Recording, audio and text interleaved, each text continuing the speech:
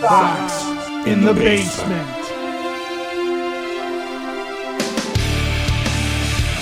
This is a White Sox show, and we're going to talk a lot about the Sox, the offseason, some recent articles that came out that are very, very interesting, and what we can expect at the beginning of 2026 and what we learned in 2025. All that stuff is true on this episode of Sox in the Basement, Ed. But I want to spend the first minute just pointing out that Chris Collinsworth can take a long walk off a short pier for constantly criticizing my quarterback on Sunday Night Football, even though my quarterback went out and faced the 49ers on the road, put up 38 friggin' points, and had a chance to win it at the end, because we always have a chance to win it at the end. And then he's sitting there trying to tell him like he should have been able to make an impossible pass in the back of the end zone with three guys covering that one wide receiver while another one's laying on the ground injured and the other guy at the bottom of the screen was mugged and there should have been a flag thrown on it. Like, I mean, I don't know what else he can do except if Caleb Williams turned into Pat Mahomes for Collinsworth to love him. But like, I never want to hear that guy again.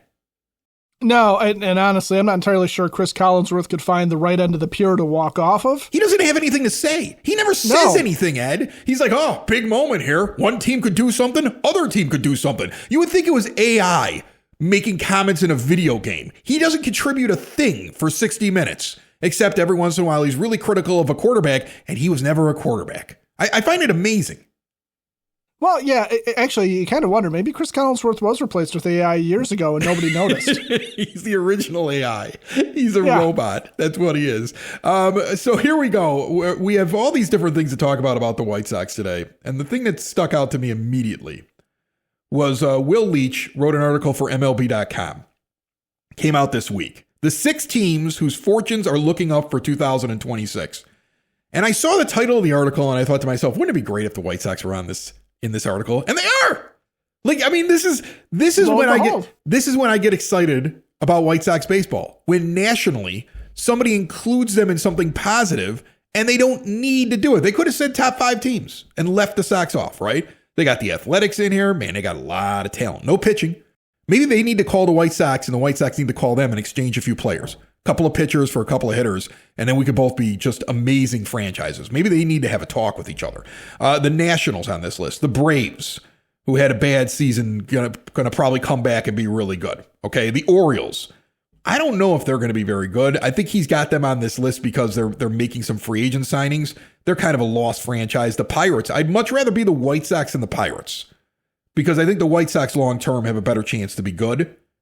And then the White Sox are on this list. And I'm gonna read this article real quick because it's not really an article; it's just a couple paragraphs. But the Sox are one of the 6 teams on this list. So according to Will Leach on MLB.com, our signing of Murakami surprised many around the baseball industry, but it shouldn't have. The White Sox have the look of a team on the come up right now. Sure, they lost 102 games last year, but remember that's a 19-game improvement from 2024, and more to the point, they were a respectable 9 games under 500 after the All-Star break and played competitively throughout September. I thought they should have done even better. He lists their impressive stable of young hitters from Miguel Vargas to Kyle Teal to Chase Mydroth to Costa Montgomery, stating that Montgomery is terrific in 71 games last season. And they also have 5 top 100 prospects currently on the MLB pipeline list, which I did not know. I had to go look at the list we're going to talk about in a little bit. 3 of the names I knew were on the list. 2 of the names tell me this team is doing better at drafting and developing for that to happen so quickly. Are they a World Series contender yet? No, but they're going to not. And this is my favorite line. No, but they're not going to lose 100 games again for quite some time. And in the AL Central, they may be fighting for the division title sooner than you think. Now, that is a national writer who doesn't need to put anything about the White Sox in, and the Sox getting some buzz. And the Murakami signing is the reason for that buzz. Because now I think, at least outside of Chicago, I don't know if you'll get the same opinion inside of Chicago, but outside of Chicago, I think the belief is they're not done this offseason. No, and they shouldn't be viewed as being done this offseason. I mean, we're jaded, right? We are... Jaded and bitter. Yeah, jaded and bitter is a good way to put it. Right. Trying to find hope out there in a land of no hope, right? Like we're battered down as a fan base. But like I said, nationally, different view. it's one of those things where, the Murakami signing came as a shock because anybody coming out of Japan is presumed to be somebody that a contender is going to want to look at. And the White Sox are not viewed as a contender. But you look right above in that article when he's talking about the Pirates and how they're trading for Brandon Lowe, who, all-star second baseman at various points, a lot of power, bad back, has a hard time staying on the field. The Rays don't want to pay for him anymore. They're the ones that signed Ryan O'Hearn. They're putting together. Would you rather have Lau? Would you rather have Lau and O'Hearn, or would you rather have gotten Murakami and have the ability to go out and make more decisions and have this young core? Because I'd rather be the Sox than the Pirates right now. Well, and that's just it. When you look up and down at what the Pirates are doing, it's like, they've got Paul Skeens and they've got some pitchers that are coming up, but so do the White Sox. Now, I'm not going to compare Skeens and like Shane Smith or anything like that, but in terms of what's on the major league roster, one otherworldly pitcher is not going to carry a team all the way to a championship or make them a contender automatically. It's going to make them really dangerous once every 5-6 days. That's what Paul Skeens does for the Pittsburgh Pirates. If you're the White Sox and you're looking at it going, we're pretty happy with Shane Smith and Davis Martin as being parts of the rotation. And on the MLB top 100, we've got Schultz and Smith. And we've got Tanner McDougal sitting not too far below them on our own list of the top 30. We've got, some potential there still in Sean Burke and Jonathan Cannon, although both of those guys need to clean up their act and figure out how to pitch before, you can say that they're really anything. There's good stuff happening with the pitching in the White Sox system. There's really good stuff happening on the field with their position players. And I would rather have Murakami's potential. This is a triple crown winner in Japan. Okay. So yeah, the contact issues, the strikeout issues are there, but let's say Murakami manages to hit 240, 250 and is a 40 home run guy. And let's say that Colson Montgomery You just made me really excited. I know. Well, my heart fluttered. Let's imagine Colson Montgomery is something very similar to that, right? You take both of them. Oh my gosh. That's a dangerous lineup. Two guys like that in the same lineup makes them dangerous. Add in Chase Mydroth, a very high on-base percentage guy. Edgar Caro. Edgar Caro. Even Miguel Vargas, who, when we looked at his stats at the end of the year, you realize that, he's kind of like, he's a doubles machine. He makes a lot of hard contact. He just hasn't put it all together. What did I say about Vargas at the beginning of the year? I think I went into this. He's not the guy that's going to sit in the middle of your lineup, and he can't be somebody that you're relying at the top of the lineup. But if he was batting sixth, you're like, okay.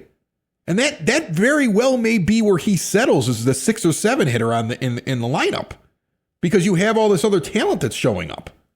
Yeah, where was Joe Creedy in 2005? Be. Right. Where was Aaron Rowand in 2005? Like that. Okay. My problem with him was that I don't think he's good enough to be the guy sitting in the middle of your order that you're relying on to drive the offense. But I think he's a piece on a competitive team, and he's going to have some competition. Like, I got to tell you something. Like, Vargas is going to camp right now with first base missing as an option for him. And so he's going to have to be a third baseman, unless they plan on doing what the Dodgers did and experiment by putting him in the corner outfield. And Lenyn Sosa, if he's not moved, is somebody that they're going to sit there and say, well, he's going to at least get a shot at third base because we want his bat. He's going to at least get a shot at the DH spot. So, that's going to be an interesting thing right there. I'm not saying Vargas's job is on the line or anything else like that, right? But I don't think he walks right in and is just like, should just assume that he's the third baseman for the whole year if he has those bad months that we've seen him have. He needs to be consistent in 26. Well, and even walking into spring training, the White Sox have put him in a position where there's competition. They still have Curtis Mead hanging around. They signed Oliver Dunn to a minor league deal. It's true. It's not a foregone conclusion that Miguel Vargas is the third baseman. It's just he's the front runner. And based on what you learned about him last year as a guy in the clubhouse, as the guy who was sort of one of the de facto leaders of the clubhouse, and seeing what he was able to do on the field as he's rebuilding from a disastrous start to his career with the Dodgers and then a disastrous start to his White Sox career, for him to come back and do what he did, even with the hot and cold months, this is the year where if he is going to sit there and say, I'm going to be consistent throughout the year, you're going to see a guy that actually puts together a really, potentially a really good season. And if he is your 5th, 6th, 7th place hitter, I mean, that's a really great guy to have there. I want to go into a comparison with him. His last year and then another one. Real quick, though, I want to point out that for exterior windows, doors, patio doors, storm doors, look no further than Window and Door Superstore of Oak Forest. No high-pressure sales. They are not coming into your kitchen, tracking mud into the living room on the way there. Instead, you're going to their showroom. You're not seeing a dingy example window that was sitting in the back of a salesperson's car. Instead, you're seeing everything right there in full color. You got an owner in showroom and then one on site for the install where they use all of their own installers and do not farm out the work. They've been doing it that way in Oak Forest since 1985 with all major brands custom made and no stock items for a perfect fit. Now is the time as the year begins. If you're looking at those windows, if you're feeling a draft, if you're saying, I want to get this done in the spring and I want to be able to enjoy this throughout the summer and be ready for next winter, now is the time to get over to Window and Door Superstore of Oak Forest, a half block east of 159th and Ridgeland at 6280 159th Street. See more at windowdooroakforest.com. Miguel Vargas, when you look at the year that gave promise and hope for those that wanted the most out of him, he had a couple of years there with the Dodgers where, he got a chance. Like 2023, they gave him 81 games consistently. He hit 195 with a 672 OPS. That's not good, right?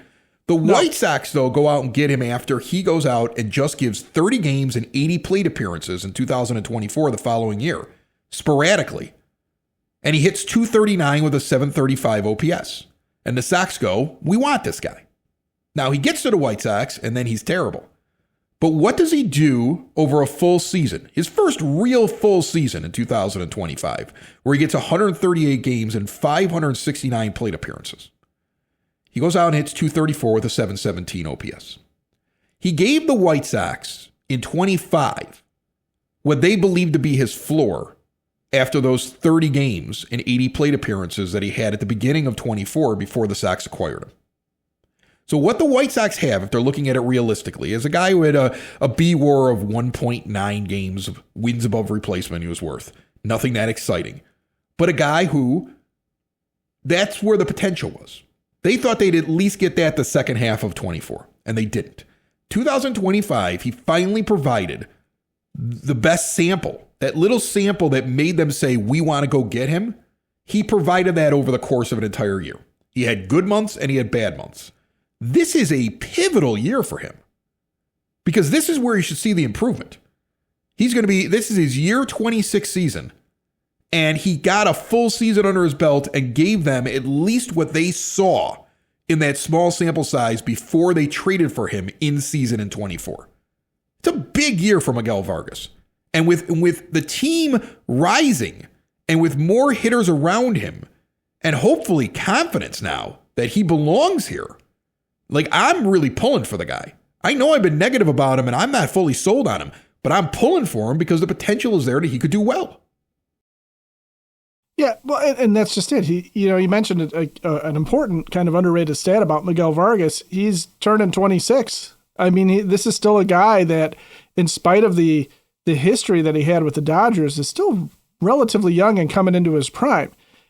And that's what the White Sox are trading for. They're trading for his age 26, 27, 28 seasons, right? The prime years for him, where if he puts himself together as a legitimate everyday player, then what's the problem? You didn't ultimately give up a ton to get him when you consider Michael Kopech is on the streets and on the scrap heap. When you consider Eric Fetty turned back into Eric Fetty pretty much right away. And we could have gotten more. You sit there and say, but if Miguel Vargas becomes a staple in the lineup, okay, even if he's not a superstar, if he becomes a staple in the lineup, then it was well worth it because again, getting back to some of the comparisons to some of these other teams, the Orioles are, yes, they did bring in Pete Alonso and they traded for Shane Baz, who's a guy that, could be really, really good for them. But a lot of their young players are coming up, and finding the majors are not as easy as the minors for them. And a lot of these hyped prospects are getting to the majors and are sort of falling apart a little bit on them. There's not that happening as much with the White Sox right now, where we are seeing Colson Montgomery scuffle in the minors, but come up and be able to excel in the majors. We're seeing Chase Mydroth, a guy that wasn't even in consideration for the Boston Red Sox middle infield jobs, when they have no real good middle infield options on their team. They were counting on Trevor Story returning to some sort of form, and a guy like Vaughn Grissom, and who's never made it in the majors. Chase Mydroth is an afterthought in the Garrett Crochet trade, and here he is. We're looking at him going, okay, second base is covered. Lenine Sosa doesn't have a position because Chase Mydroth is here, and he played shortstop for a good chunk of the last season too. And all I need him to do is be at either the bottom of the lineup or the top of the lineup, wherever they got to put him, and play good defense. Get on base and play good defense. Get on base and play good defense, and I'm happy with him. I'm happy with that for my second baseman if I'm going to find the home runs in other places. And it seems like that's what they're trying to do. They're trying to find the home runs in other places. Chris Getz is going to value defense. I feel like that was something that was said repeatedly when he first got in there as a general manager. And that's what you're really looking for from a Chase Mydroth. And when you talk about, what they acquired, first of all, you're right. I don't think you can sit there and say now that I don't think there's a possibility you could ever say that the Miguel Vargas trade is something the White Sox lost, right? Because I don't think that anybody really won that trade, and they still have the possibility of winning it if he turns into something. And if he doesn't, I don't think that I'm going to sit around and say, well, that was a terrible trade. I don't, because now that you see where everybody's gone since then, it doesn't feel like as bad of a deal as it felt in 2024. But when you talk about what the White Sox are doing right now, and I'll go back to that article, and I mentioned I wanted to get to this. The Sox going into 2026, as of right now, and they'll do a re-ranking as we get close to spring training. And there are other prospect lists, but the MLB pipeline list is always kind of like a staple to kind of see like, well, how's your system doing? They have 5 guys in the top 100 prospects. Now, unlike the last time that they had guys come up with the last rebuild with Kenny and Rick running it, where the guys came up and there was nothing else left down there, they have 5 right now on that top 100 list still. It doesn't start until you get to number 35 on there, but I think anybody that's on that list, you should be excited about. And Brady Montgomery, even though he's projected to not get here until 27, everybody we've talked to has indicated they're expecting Brady Montgomery, who may be the prize of that Crochet deal, that you've yet to see, that Brady Montgomery could be here halfway through the season, playing in the outfield. He's ranked 35th on the list. All right, Noah Schultz is on that list as well. All right, he's sitting at 40. And if he could figure out what he's doing down there in the minors, you might see him this year. They would love to see him this year. But he's a guy that has the potential of being a top of the rotation guy. He's on the MLB top 100 pipeline list. Then there's 2 names on here that kind of slipped in, and I know the guys over at Future Sox would have seen it right away. I wasn't paying a lot of attention to it. Billy Carlson, remember him? He hasn't even played yet in their system, but he's 71st on the list because he's the 10th overall pick in the draft. Not everybody drafted in the first round or even in the top 10 is on this list, on this MLB prospect top 100 list. But Billy Carlson is. The kid they picked up at shortstop, and I love when you draft shortstops, is on this list. And then Caleb Bonmer, another shortstop / third base guy, had his first year in rookie ball, and at age 20 is 73rd on the list. Hagen Smith at 88, which I expected to be on the list. But what I love about what this team is doing is that they're adding athletes that play a premier position more than they used to. These 2 guys that are sitting there at 71 and 73, shortstops. Shortstop's always the best player on your team. It's the best player on your team in Little League. It's the best player on your team in high school. Best player on your team in college. Because they can go anywhere. They can be an outfielder. It can be whatever they want to.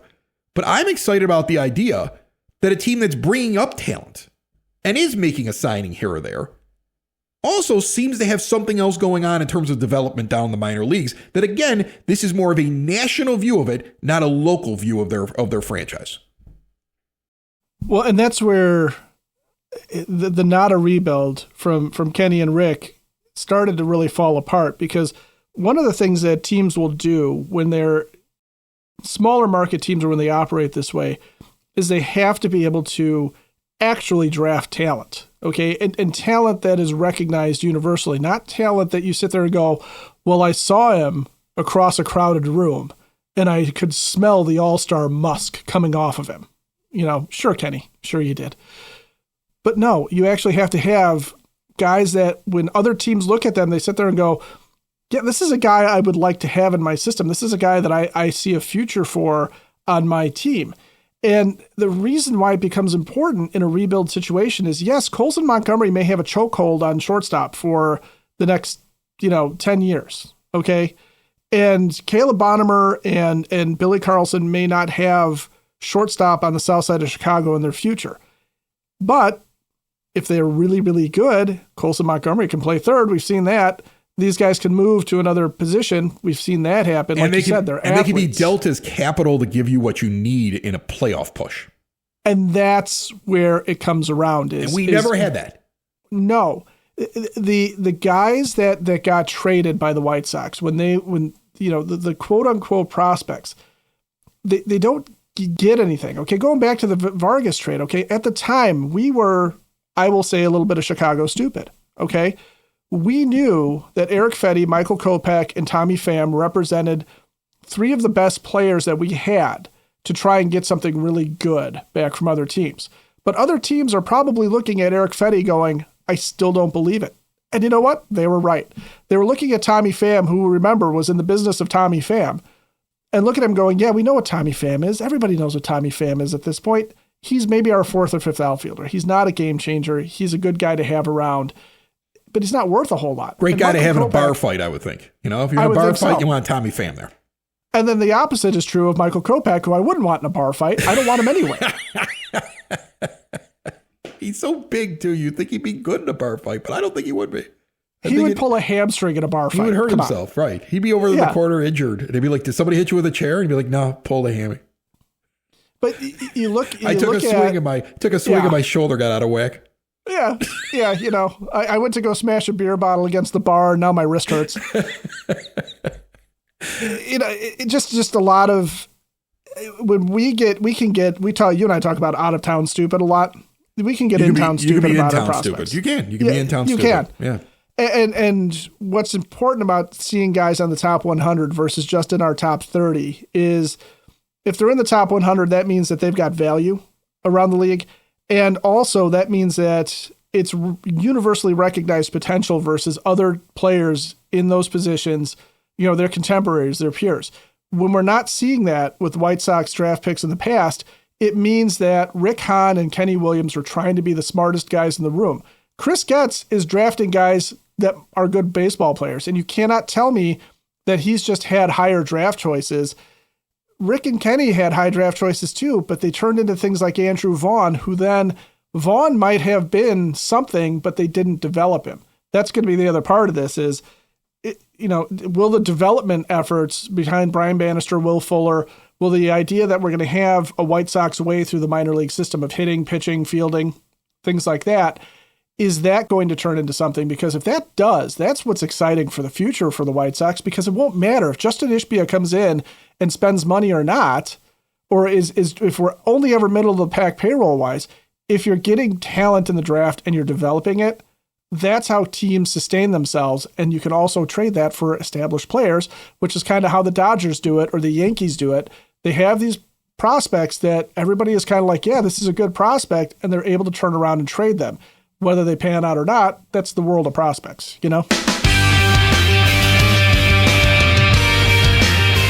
Sox in the Basement listeners trying to make the most of your money. Give a call to Tom Walsh, your Edward Jones financial advisor. Located on the corner of 111th and Kedzie, but serving the Chicagoland area, Tom has a get-to-know-you approach and a do-the-right-thing attitude. He's been doing this for decades. It's all about knowing your options when you're investing and planning for your retirement. No matter what stage you are at, it costs nothing to check in with Tom. Give Tom Walsh, your Edward Jones financial advisor, a call today, 773-779-0023. Edward Jones, member SIPC.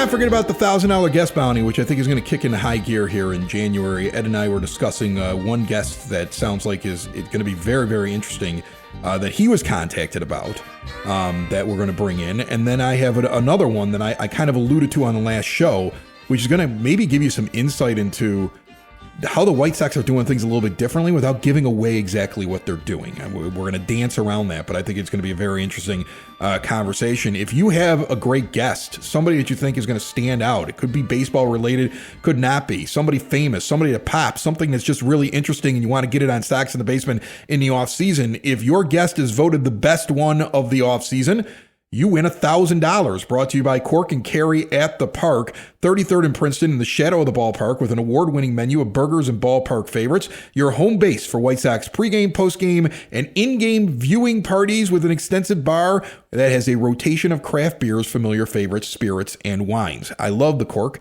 I love the Cork over in Beverly, like the original location over at 106th and Western. Get out there to either location throughout the offseason and remember them at 33rd in Princeton when the games resume, because that place is going to be hopping this year because they're going to be a lot better. See everything going on with Cork and Kerry at corkandkerry.com. So one more thing I wanted to bring up this week is an article that came out on the 29th from Scott Merkin.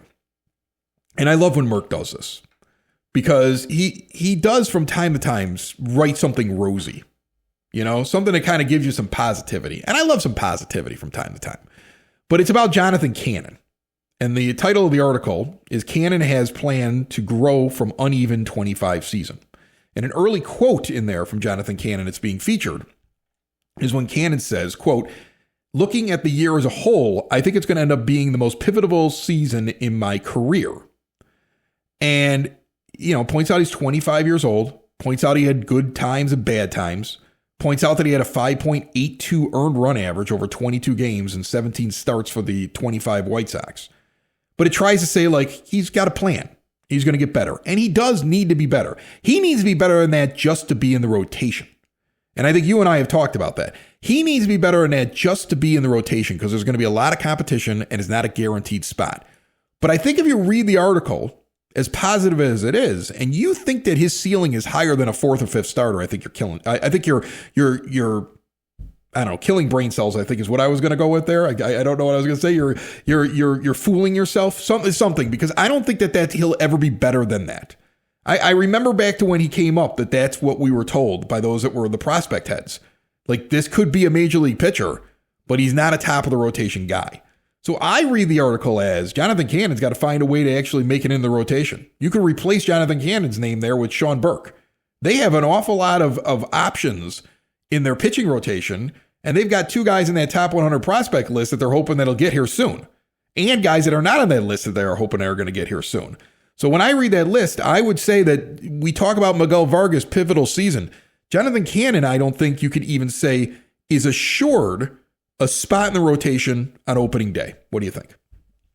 Oh, no, he's not at all. No, I mean, he's a guy whose stuff, I just watch him. Okay, watch his stuff. Watch how well it moves.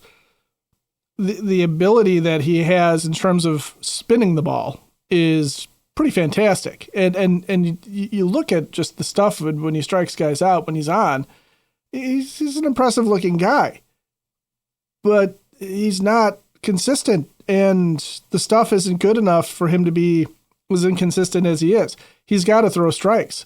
When everything moves, you have to be around the strike zone constantly, because one of two things is going to happen. First of all, the umpires, and I understand that we're going to start getting robo-umps here, and we're going to have the challenges and everything, but you're not going to get enough calls if you're not around the strike zone enough, and if everything is constantly moving, bouncing, going well outside. The other thing is nobody's going to swing at anything. You know, they're just going to sit there and go, even if I get something down the middle, that's the one pitch that you're going to send down the middle here. I'm going to end up on first base one way or the other because there's no way you're going to get three across for me. That's what started to plague him more than anything else. And I don't really care what your arm is, and I don't really care what your stuff is if you can't use it in any kind of an effective manner. So, no, Jonathan Cannon, Sean Burke is the same way. They're not guaranteed rotation spots. They're not guaranteed spots on the major league team. They're not going to be especially if the Sox bring in any other starters. Those are the first two guys that get bounced out for sure. And those are definitely the two guys that are sitting there, not just holding off Smith and Schultz and McDougal or Grant Taylor or Mike Vassell, whoever else might step up into a starting role. But those are the guys that are not even guys that you trust out of the bullpen then. Because if they can't come in and throw strikes, they cannot be on a major league roster. The one thing from that article that sticks out to me that is hidden in there is that Cannon credits Corey Lee when he goes down to AAA, working out some things that he's not doing well. And that's not the first time that I've heard a pitcher say that Corey Lee is very helpful in that manner. And I'm going to be, until I'm blue in the face and until they screw up and do it wrong, I am going to be advocating that they have 3 catchers on this roster next year. So you can let Caro and Teal slide into that DH spot and get as many at-bats as possible and have Lee on that team, because I think that he brings something, even if he's only playing backup catcher from time to time and he's on the roster. I think there's a value to having him on the team. I know a lot of people won't agree with me on that, but I mean, I love how Fangraphs Roster Resource lists him as one of the 4 guys they expect to make the bench. I think it would be a fascinating thing to try. And all I ever see from the guy is some leadership and some baseball smarts. And it would be great to have that third catcher so I can get Caro and Kyle Teal in the lineup. Sox in the basement. Sox in the basement. Sox in the basement. Sox in the Basement. Heard everywhere podcasts can be found, and always on soxinthebasement.com.